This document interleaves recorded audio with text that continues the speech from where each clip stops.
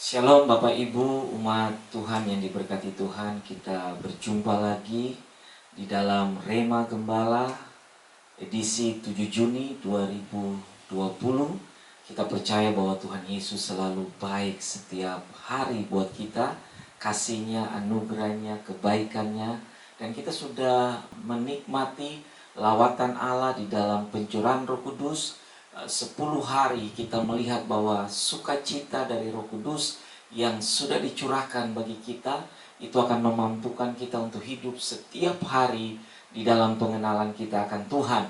Nah, mari saja kita sama-sama berdoa sebelum kita dengar firman Tuhan pada pagi hari ini. Mari kita berdoa bersama-sama. Bapa yang baik, kami berterima kasih, bersyukur buat hari yang baru, hari yang dijadikan Tuhan, hari yang di dalamnya kami mengalami lagi kasih-Mu, kemurahan-Mu. Allah bicara buat kami, Allah tegur kami, Allah sayang kami lewat kebenaran firman-Mu. Karena firman-Mu adalah kebenaran yang memerdekakan setiap kami. Ketika hati kami buka buat Tuhan dan kami izinkan firman Allah ada di dalam hidup kami, maka hidup kami adalah hidup yang berkemenangan di dalam Tuhan. Terima kasih Bapa yang baik. Kami bersyukur dan kami siapkan hati kami untuk Tuhan berkati kami hari ini. Haleluya, haleluya, amin. Bapak Ibu jemaat yang diberkati Tuhan, para imam, kepala rumah tangga, menyiapkan saudara punya anggota keluarga, sama-sama kita mau dengar firman pada pagi hari ini. Mari kita buka di dalam kitab Yeremia pasalnya yang ke-9, ayat yang ke-23 dan ayatnya yang ke-24. Kitab Yeremia pasalnya yang ke-9, ayat yang ke-23 dan ayatnya yang ke-24. Saya akan bacakan, beginilah firman Tuhan. Janganlah orang bijaksana bermegah karena kebijaksanaannya. Janganlah orang kuat bermegah karena kekuatannya. Janganlah orang kaya bermegah karena kekayaannya. Ayat yang ke-24. Tetapi siapa yang mau bermegah, baiklah bermegah karena yang berikut. Kita bilang begini, bahwa ia memahami dan mengenal aku, bahwa akulah Tuhan yang menunjukkan kasih setia, keadilan dan kebenaran di bumi. Sungguh semuanya itu kusukai, kata Alkitab. Demikianlah firman Tuhan. Di dalam terjemahan firman Allah yang hidup ayat yang ke-23 mengatakan begini. Tuhan berfirman, orang bijaksana janganlah menyombongkan kebijaksanaannya. Orang perkasa janganlah menyombongkan keperkasaannya. Dan orang kaya janganlah menyombongkan kekayaannya. Ayat yang ke-24 versi firman Allah yang hidup berkata demikian. Biarlah mereka bermegah hanya karena hal ini, bahwa mereka benar-benar mengenal aku dan mengerti bahwa aku adalah Tuhan yang adil dan benar, yang selalu menyatakan kasih setia. Karena itulah sifat-sifat yang kusukai. Demikianlah firman Tuhan. Pada pagi hari ini saya ingin berbicara tentang pengenalan akan Allah melahirkan penyembahan. Pengenalan akan Allah melahirkan penyembahan. Dari dua ayat di dalam kitab Yeremia pasal yang ke-9, 23 dan ayat yang ke-24. Tuhan menghendaki bukan kekuatan, Tuhan menghendaki bukan kebijaksanaan, Tuhan menghendaki bukannya kekayaan, tapi pengenalan akan Tuhan. Ada 3 hal yang Yeremia tonjolkan pada pagi hari ini. Tidak sebanding dengan pengenalan akan Allah. Kebijaksanaan tanpa pengenalan akan Allah melahirkan orang yang bersiasat. Kekuatan tanpa pengenalan akan Allah akan melahirkan kesombongan. Kekayaan tanpa pengenalan akan Allah akan melahirkan ketamakan. Itu sebabnya Yeremia mengatakan kepada kita bahwa pengenalan akan Allah adalah kesukaan Allah. Ketika kita mengenal Allah, itu adalah sifat-sifat yang Tuhan suka.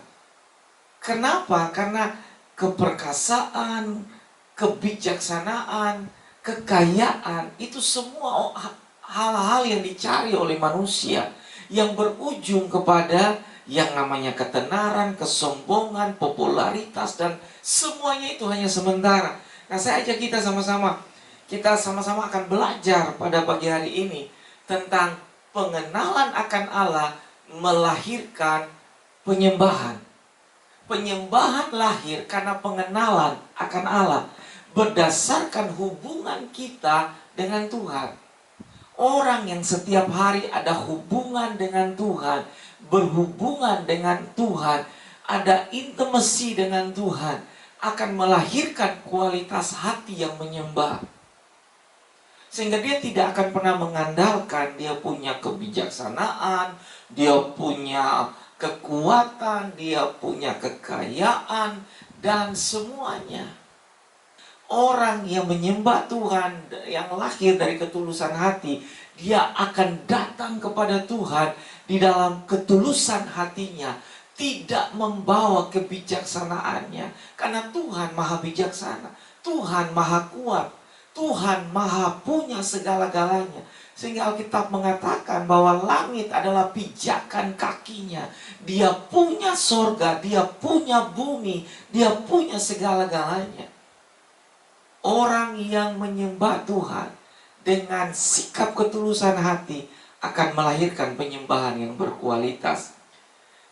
Kebijaksanaan, kekuatan, kekayaan tanpa pengenalan akan Tuhan adalah kebodohan dan kesia-siaan. Salomo mengatakan di dalam Pengkhotbah pasalnya yang ke-5 ayat 12 mengatakan begini, tetapi kemalangan yang menyedihkan kulihat di bawah matahari, kekayaan yang disimpan oleh pemiliknya menjadi kecelakaan bagi dirinya sendiri. Jadi ada satu kemalangan yang Salomo lihat di bawah matahari. Siapa yang tidak kenal Raja Salomo? Dia adalah raja yang penuh hikmat. Dia minta hikmat. Ketika dia minta hikmat, tidak minta kekayaan, dia minta hikmat. Maka apa yang tidak dia minta diberikan oleh Tuhan kepadanya. Sehingga dia raja yang penuh hikmat, tapi berlimpah kekayaannya. Namun di dalam semua kelimpahannya, kebijaksanaannya, penuh hikmat, dia mengatakan pada akhirnya semua tanpa Allah adalah sia-sia. Dan dia mengatakan di dalam ayat yang ke-12, ayat yang ke-13 dari pasal 5 kitab Pengkhotbah, ada kemalangan yang menyedihkan Salomo lihat di bawah matahari. Kekayaan yang disimpan oleh pemiliknya menjadi kecelakaan bagi dirinya sendiri. Dalam 1 Korintus pasalnya yang pertama ayat 19. 1 Korintus pasalnya yang pertama ayat yang ke-19 mengatakan begini. Karena ada tertulis, aku membinasakan hikmat orang-orang berhikmat, dan kearifan orang-orang bijak akan kulenyapkan. Kebijaksanaan, kekuatan, kekayaan tanpa Tuhan malapetaka bagi diri saudara dan saya. Ketika kebijaksanaan yang betul-betul diselaraskan dengan Tuhan akan melahirkan hikmat yang terbaik. Kekuatan waktu kita selaraskan dengan Tuhan akan menjadi domain kekuatan bagi kita untuk melihat semua yang terjadi dalam hidup kita adalah campur tangan dari Tuhan. Kekayaan tanpa Tuhan adalah kesia-siaan. Ketika kekayaan kita selaraskan dengan Tuhan, akan melahirkan hati yang taat.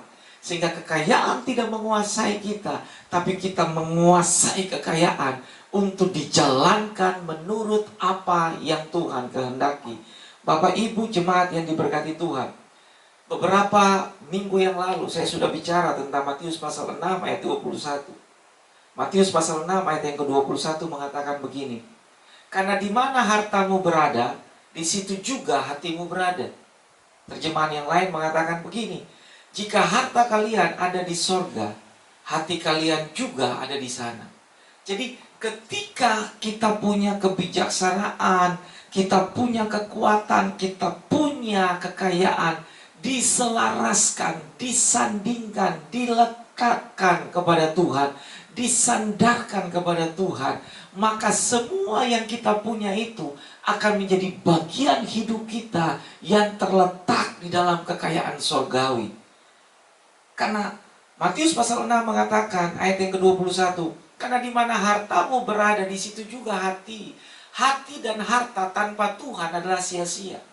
Tapi hati dan harta yang betul-betul disandarkan, dipadu-padankan dengan Tuhan, maka ada iklim sorga yang akan memelihara hidup kita.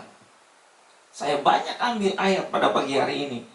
Di dalam Matius pasal 22 ayat yang ke-37 mengatakan begini. Jawab Yesus kepadanya, kasihilah Tuhan Allahmu dengan segenap hatimu, dengan segenap jiwamu, dan dengan segenap akal budimu. Bapak, Ibu, Saudara yang diberkati Tuhan, ketika kita punya kualitas hati yang mengasihi Tuhan, akan melahirkan penyembahan yang berkenan. Tuhan tidak menghendaki semua di luar kasih kita kepada Dia.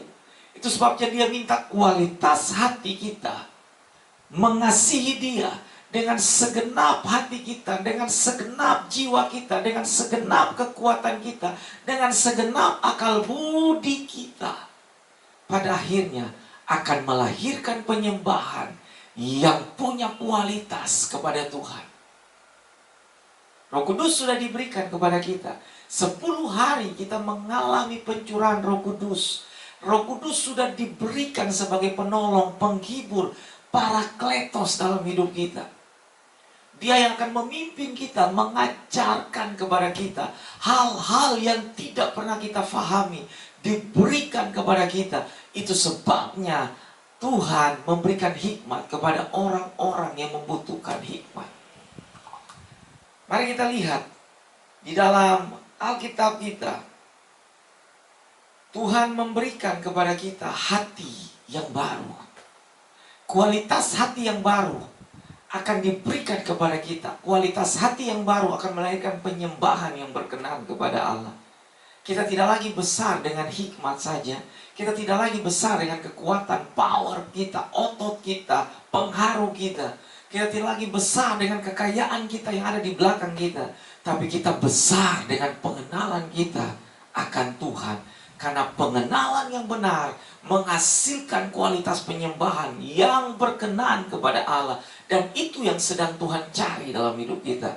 Bapak Ibu yang diberkati Tuhan, ada satu kisah di dalam Alkitab.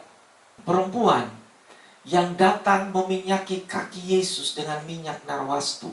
Minyak yang mahal.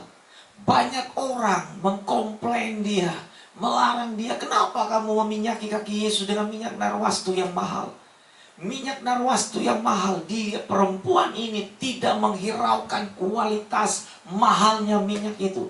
Tapi dia ingin mendapatkan kasih daripada Yesus. Sehingga dia memecahkan buli-bulinya di dekat kaki Yesus. Dan dia meminyaki kaki Yesus. Alkitab mengatakan dia menyekanya, membersihkannya, menyapunya dengan rambutnya. Karena dia ingin mendapatkan hati daripada seorang Yesus. Hati yang penuh kasih, yang mengasihi perempuan ini. Orang-orang itu saat itu mengkomplain dia. Tapi Yesus mengatakan, biarkan perempuan ini. Dia sedang menyiapkan sesuatu bagi kematianku. Saudara-saudara yang diberkati Tuhan, pengenalan melahirkan penyembahan. Ada 3 hal yang saya mau bagikan kepada saudara dan saya. Pengenalan melahirkan penyembahan karena ada kebutuhan kasih. Ketika kebutuhan kasih itu datang kepada kita, kebijaksanaan tidak dipakai di situ. Kekuatan tidak dipakai di situ. Kekayaan sama sekali tidak dipakai di situ. Karena orang yang datang karena kebutuhan kasih, dia rela meninggalkan semua. Contohnya perempuan ini. Dia meninggalkan kualitas minyak yang mahal. Dia meninggalkan semua suara orang banyak saat itu. Dia memecahkan buli-buli, menumpahkan minyak itu di kaki Yesus, menyekanya dengan rambut. Ada kehambaan yang terjadi di situ. Dia betul-betul membutuhkan kasih. kebutuhan kasih. Pengenalan melahirkan penyembahan karena didorong ada kebutuhan kasih. Seseorang yang membutuhkan kasih daripada Yesus, dia tidak memikirkan apapun. Ayat yang tadi kita baca dalam kitab Yeremia, pasalnya yang ke-9, 23 dan 24. Baiklah orang yang mau bermegah karena hal-hal ini. Pengenalan akan Tuhan lahir karena kebutuhan kasih. Yang kedua, pengenalan melahirkan penyembahan karena Tuhan sedang mencari hati yang menyembah. Hati yang menyembah sedang Tuhan cari. Dan Tuhan mau temukan di dalam kehidupan saudara dan saya.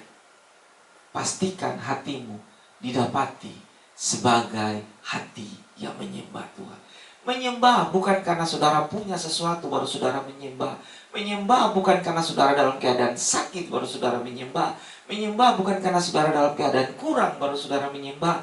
Menyembah bukan karena saudara dalam keadaan saudara membutuhkan sesuatu. Tidak. Menyembah karena harus saudara menyembah. Mau dalam keadaan baik ataupun tidak baik, mau dalam keadaan kurang ataupun cukup, mau dalam keadaan sehat ataupun sakit, kita wajib menyembah. Karena Tuhan ingin mencari penyembah-penyembah yang benar, yang menyembah Bapa di dalam roh dan kebenaran. Pengenalan melahirkan penyembahan. Orang yang menyembah karena dia mau menyembah, bukan karena ada embel-embel yang lain. Kita menyembah karena kita suka menyembah. Kita menyembah karena kita ingin menyembah. Yang ketiga, saudara-saudara, pengenalan melahirkan penyembahan. Komitmen kita untuk tetap mengiring Tuhan sampai dengan hari ini. Pengenalan melahirkan penyembahan karena terjadi ada komitmen di dalam hidup kita. Perempuan ini yang datang meminyaki kaki Yesus dengan minyak narwastu, dia punya komitmen. Apapun yang terjadi, dia punya komitmen. Saya mau datang, saya mau menghampiri seorang Rabi, Yesus Juru Selamat. Saya tidak peduli dengan mahalnya minyak itu. Saya punya komitmen. Komitmen hari-hari ini sedang dicari oleh Tuhan. Komitmen seorang penyembah. Komitmen seorang yang ingin mengenal Tuhan. Orang yang mau mengenal Tuhan tidak pusingkan dengan apapun juga. Dia harus mengenal karena dia punya komitmen. Komitmen akan membawa kita untuk rindu, untuk datang, untuk haus akan Tuhan, lapar akan Tuhan. Tuhan sedang mencari itu dari kehidupan anak-anaknya. Bapak Ibu, umat Tuhan yang diberkati oleh Tuhan. Saya ajak kita hari-hari seperti yang sedang terjadi ini. Dunia sedang dibawa dalam satu tatanan. Tapi saya mau kasih tahu, mari tidak peduli dengan keadaan dunia hari-hari ini. Kita mau tingkatkan pengenalan akan Tuhan. Tingkatkan penyembahan kepada Tuhan. Pengenalan melahirkan penyembahan. Tidak butuh waktu dan tempat yang baik dan nyaman baru kita menyembah.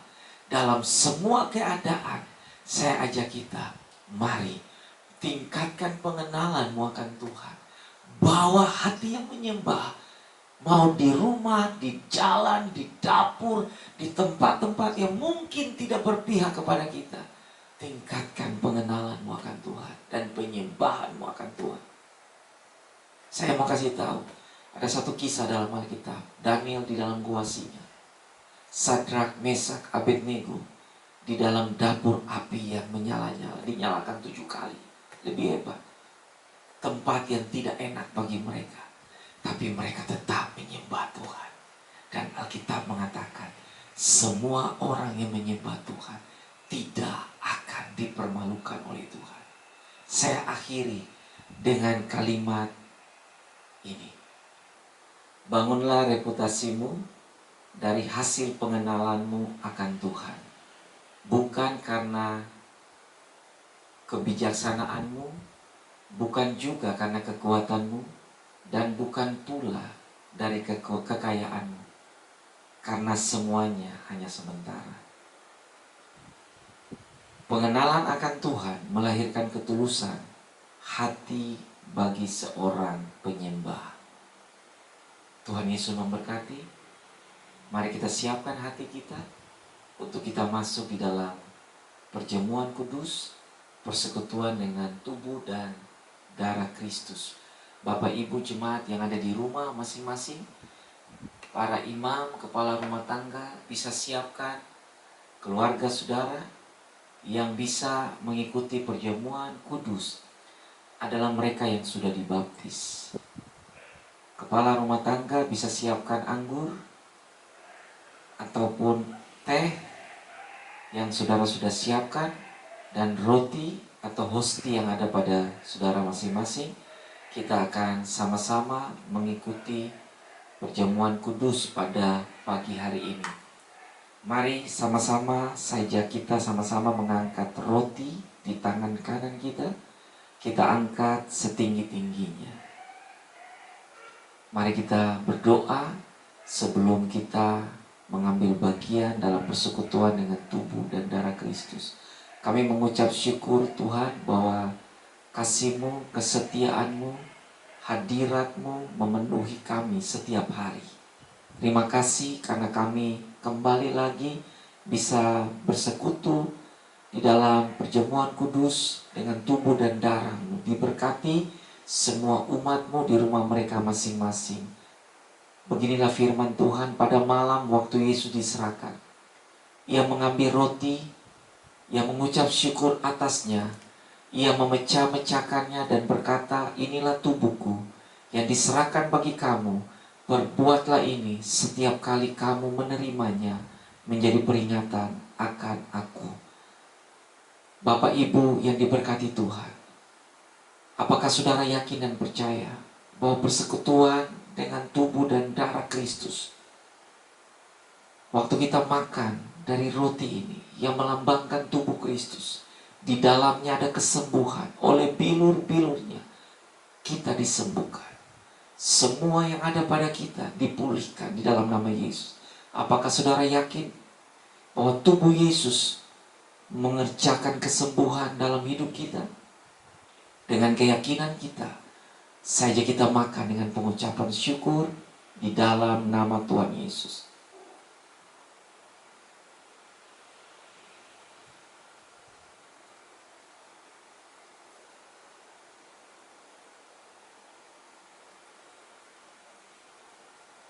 Pindahkan cawan di tangan kanan saudara dan kita angkat setinggi-tingginya.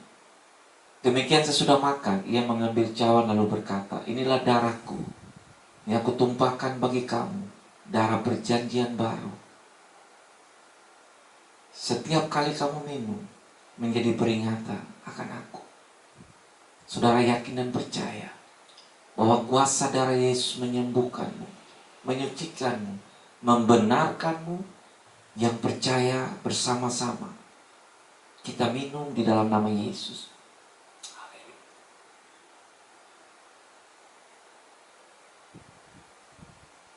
Terima kasih Tuhan. Angkat hatimu.